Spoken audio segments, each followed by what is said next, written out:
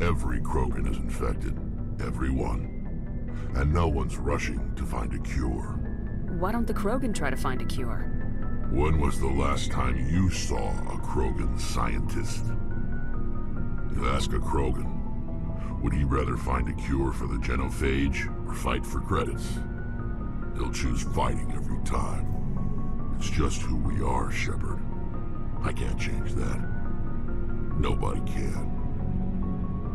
So long, Rex. Shepard.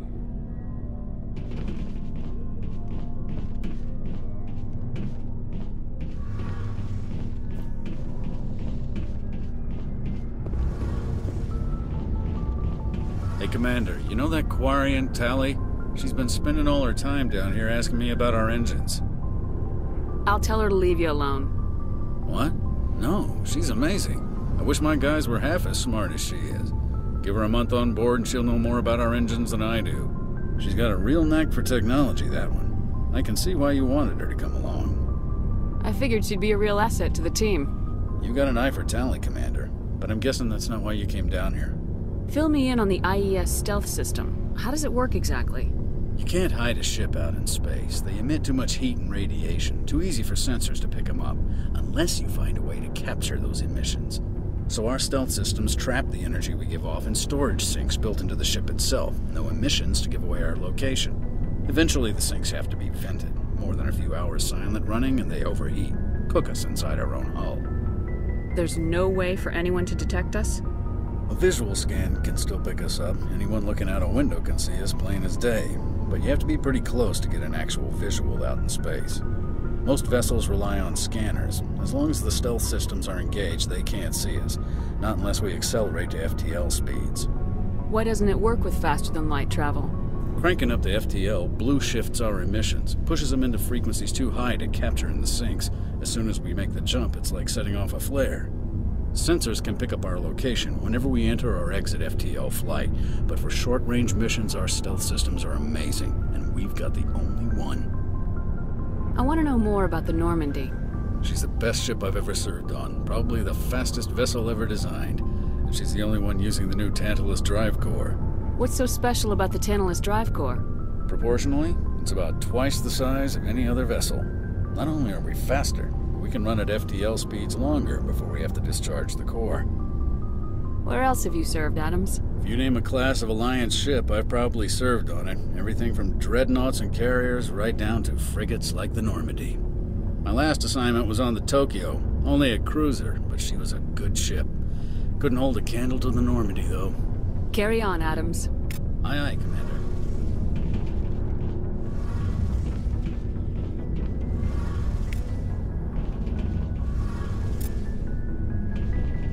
Your ship's amazing, Shepard.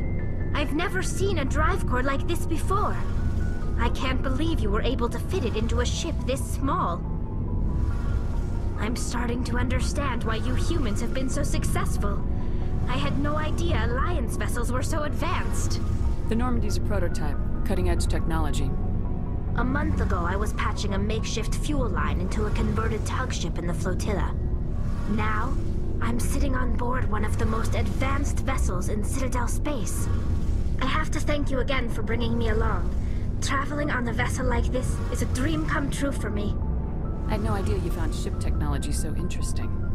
It comes with being a Quarian. The migrant fleet is the key to the survival of my people. Ships are our most valuable resource. But we don't have anything like this. We make do with cast-offs and second-hand equipment. We just try to keep them running for as long as we can. Some of the fleet's larger vessels date all the way back to our original flight from the Geth. I can't believe your fleet's still using ships that are 3 centuries old.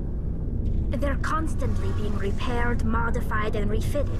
They aren't pretty, but they work. Mostly.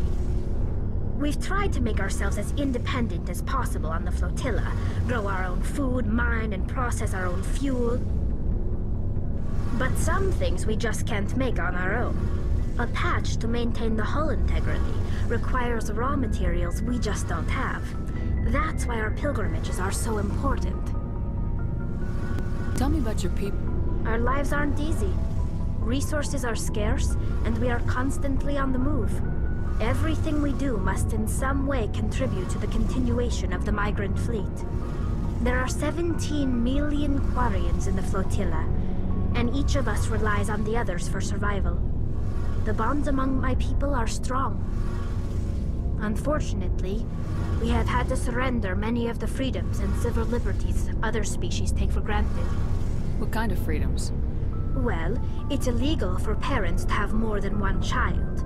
If our population grows too much, it would strain our resources to their breaking point. Of course, we also can't allow our numbers to become too few. If our population is in decline, the rule against single births is temporarily repealed.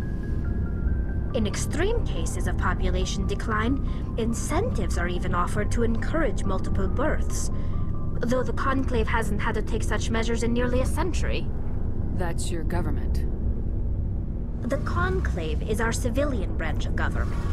Each ship can elect a representative to serve on the Conclave and make decisions that affect the fleet as a whole. On matters that affect an individual ship, however, the captain has the final say. It's a tradition that dates back to the early days, when the fleet was governed by martial law. Fortunately, most captains nowadays are smart enough to have an elected council from their crew to give them advice and guidance. So the ultimate power rests with elected officials? In practice, the Conclave and the respective council for each ship tend to set the rules that govern our daily lives.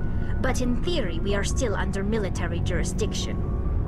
The 5 top-ranking military officials in the fleet serve on the Admiralty Board. These 5 have the power to overrule any decision by the Conclave in case of emergency. To do so requires unanimous agreement among the Admiralty, and they can only do this once. After that, the entire board must resign their posts. It's a safeguard that served us well. In nearly 3 centuries, the Admiralty Board has only overruled the Conclave 4 times. I want to know more about the Geth. I doubt I can tell you anything you don't already know.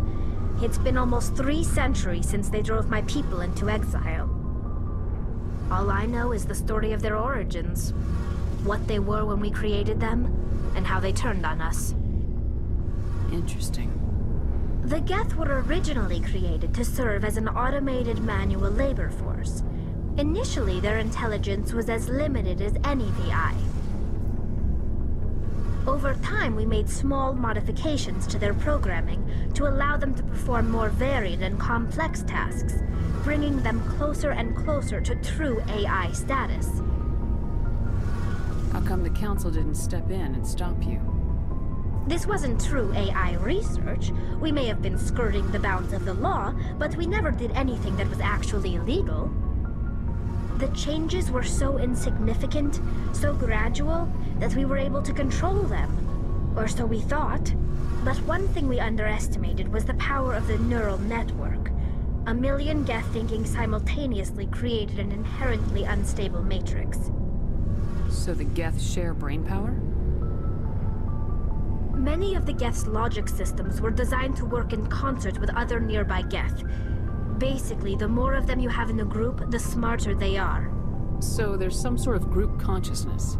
No, nothing like that. They cannot share sensory data or information. Their programming cannot handle that much simultaneous input. Each Geth maintains an individual awareness and identity. The neural network only operates on a process-based level. It's basically the synthetic equivalent of a subconscious. But when they're in close proximity, they can coordinate low-level functional processes, freeing up more capacity for original or independent thought. That doesn't make any sense. I'm probably oversimplifying. The Geth are incredibly advanced and complex creations. All you need to know is that they get smarter when they gather in large numbers. As we built more and more Geth, their effective intelligence became more sophisticated, more abstract. One day, a Geth began to ask its Quarian overseer questions about the nature of its existence. Am I alive? Why am I here? What is my purpose?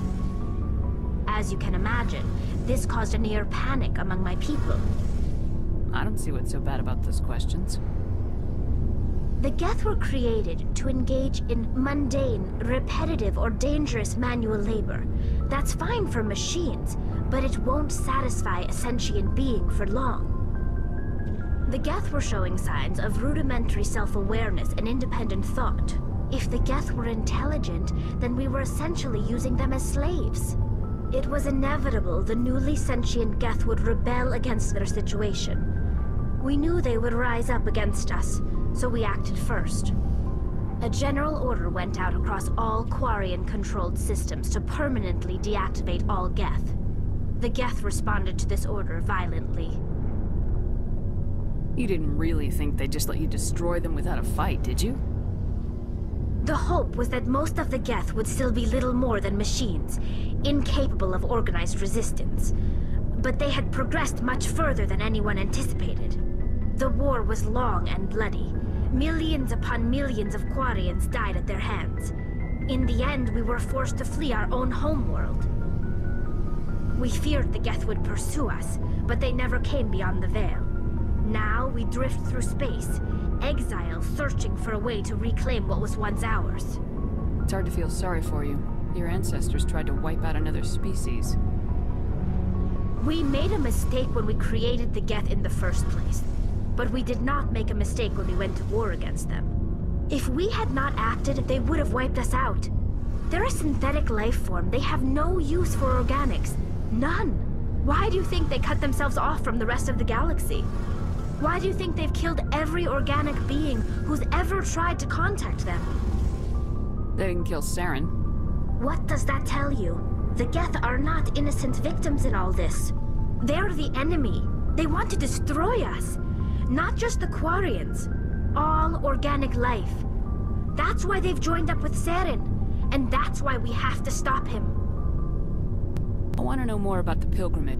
When my people reach maturity, we leave our birth ships and seek acceptance with a new crew. It's necessary to maintain genetic diversity among the fleet.